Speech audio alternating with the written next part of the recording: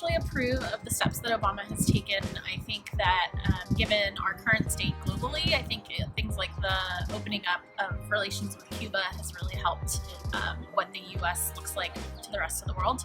I also agree with the fact of repealing the Don't Ask, Don't Tell. I think socially our country is moving more progressively, and that sort of emulates the way that people are feeling.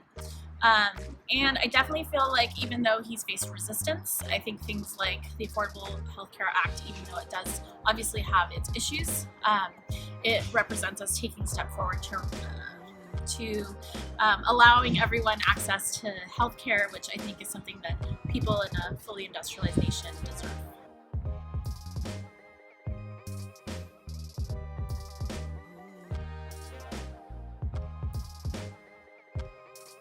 It is not perfect. Definitely has some struggles with small businesses and trying to afford it, but it's a step in the right direction is how I look at it. In particular, I have a niece that has diabetes, and she was old enough to have to be on her own, and she was covered up to only a certain amount of time, and then under Obamacare that time got pushed back, and so she could be covered until she was a little bit older. And then once she became too old to be under her mother's policy, if not for Obamacare, she would not have been able to get health care because she's diabetic.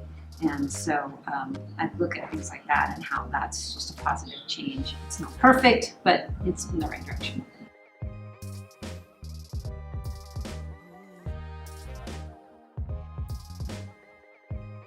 I strongly approve of the DREAM Act of allowing especially children of immigrants to stay in this country, just because we started off as a country of immigrants, and ripping family apart is certainly not going to make this a stronger country. And I think I always try and put myself in other people's shoes. If I was a parent living in one of these other countries that were trying to immigrate here, and I saw an opportunity to make a life better for my children, I would take it in a heartbeat, even if it was illegal. And I think that our immigration policies right now are so convoluted and complicated that it's very difficult for people to become citizens of this country. It's not a streamlined process, and so deporting their children while they're trying to figure out how to do that is not the way to make this a stronger country.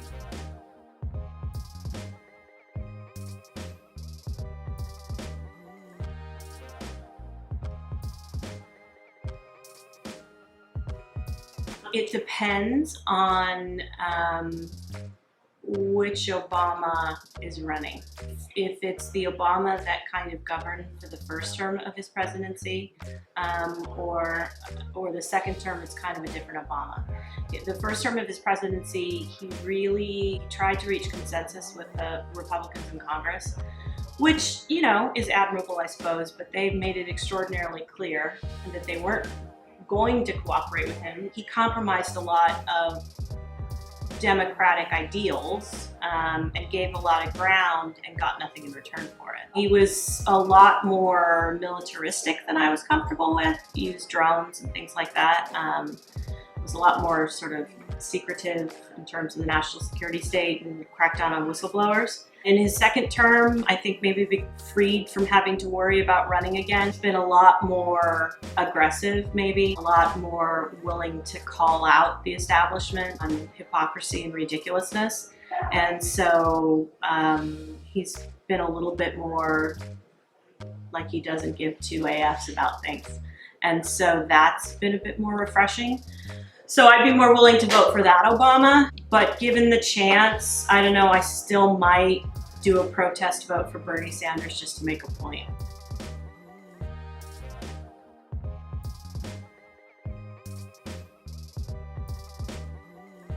So I'm not entirely a big fan of Obama's immigration policies.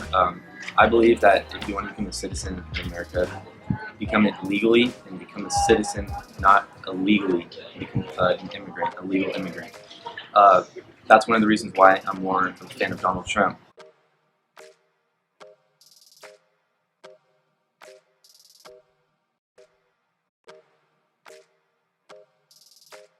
If he was eligible, then I would vote for him because I think Bernie and Trump are a little too radical for me, and Hillary, just over the course of political career, she's just been really inconsistent, and she seems to always sway to the side of the popularity, like popular opinion, and because of that, I can't really trust her because I feel like she would change her opinion throughout her presidency. So if Obama is eligible, I would vote for him.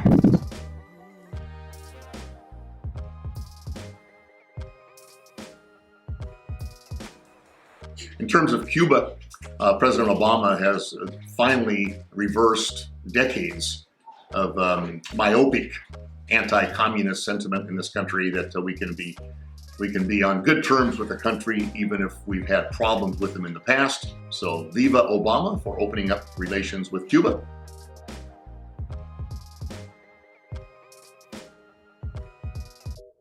President Obama, I think, did a very good job of going after him in the right way using the Navy SEALs. And I thank President Obama for being gutsy enough to command that attack, because it could have failed and that would have been very embarrassing for him.